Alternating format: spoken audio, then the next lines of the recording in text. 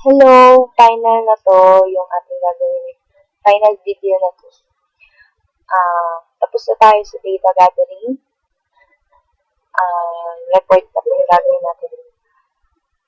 Nakuha na natin yung PO. Ngayon naman, by customer naman natin siya gagawin. Kung ilan yung nakuha na PO total. Finish, on hold, total amount, total deliveries, balance. Okay? Dito muna sa gather natin.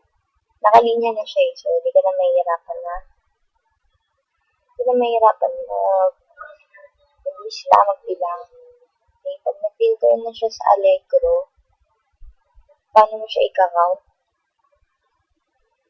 Ayan, hanggang baba. Highlight mo lang siya. Meron na dito indicate na count niya, which is 94 daw na dito. PO item po yung kukunin natin. Hindi PO quantity. Okay? 94 nakuha natin. So, 90 lang siya. Bakit 90? May inalis ako dyan kasi dito sa balance. May makikita ka na more than 100,000 ang balance. Pag ganyan, more than 100,000, consider yan as BPO kasi hindi siya talaga i-deliver ng ngayong month lang. So, nag-indicate ako ngayon dito ng BPO siya. Yung mga balance na yan. Okay, yan, BPO. So, i-filter natin to. Alisin lang natin yung BPO. Yung blanks lang. So, highlight ulit. Bibilangin natin ito. Oops, ang lumabas ay 90. So, yun yung ilalagay mo doon sa total fee. Paano mo naman yung finish? Sa balance yan. Quantity. Ay, yung balance fee. PO balance. Yung 0, yun yung tapos na. So, pag inalis mo yung 0, yung may mga balance, apat. Apat siya. Hindi yun yung on hold. Hindi siya tapos eh. So, naka-hold siya ngayon. Tapos, yung amount niya, makukuha mo yun. Highlight mo lang siya. Ito, balance.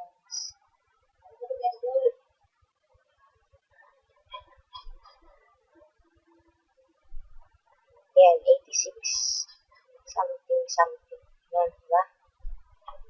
Hindi mo siya pwedeng isum eh, kasi yung auto-sum ganun. Kasi masisira. Pag inalis mo yung filter, masisira yung pagka-construct mo ng buong table na to. So, undo, mali yun. Highlight mo na lang, tapos ilista mo na lang to sa new notepad. Okay. Ako kasi nililista ko na lang siya. Yan, Allegro muna yung kukunin ko, yung mga natapos, 90. Yung total pala, 90. Yung natapos, 86. So, pag minus mo yan, makuha mo na agad yung balance. Tapos yung delivered amount, makuha mo yan. Yan, Allegro. Yung na-delivered, at simulang ng 0 lang kukunin. Kunin mo ito. Highlight mo yan. Delivered amount itong in-highlight ko. So, ayan na yung na-deliver. Copy mo na lang. 252.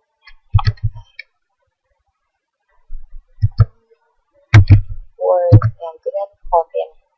Pati yung balance, filter mo siya. Paano makuha yung balance?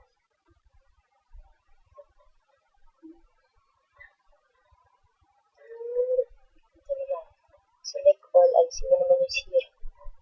Ito yung balance. 8695, ganyan na lang. Okay, lagyan mo dito 86. 5, gotcha. Okay.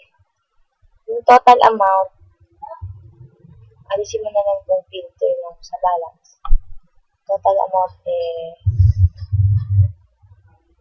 highlight mo. Ayan, makuha mo na yung total.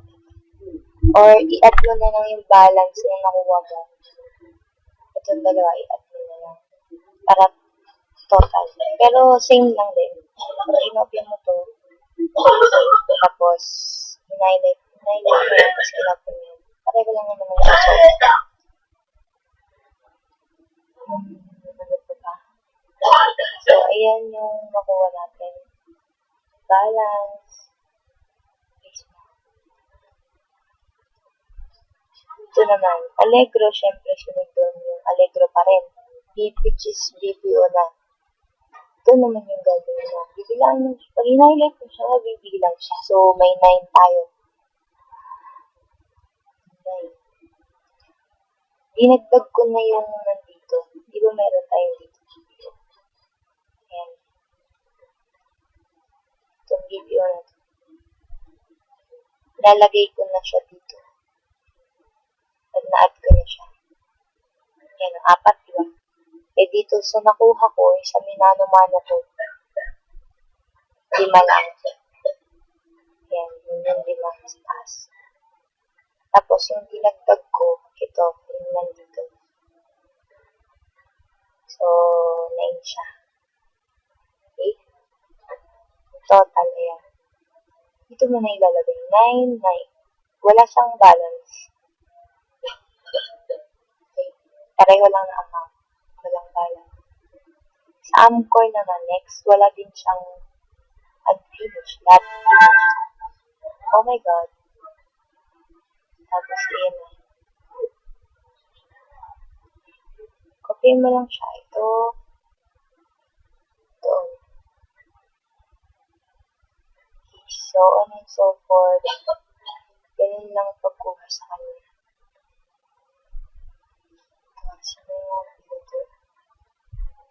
Next naman, merchant. Yan, walang balance. Yan, 5. Ilan? 5. Tama naman, di ba? Cypress.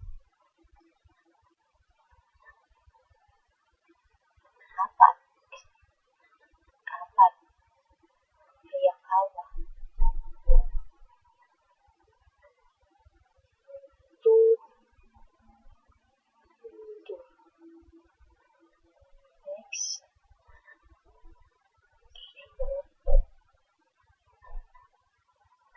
3. Carter.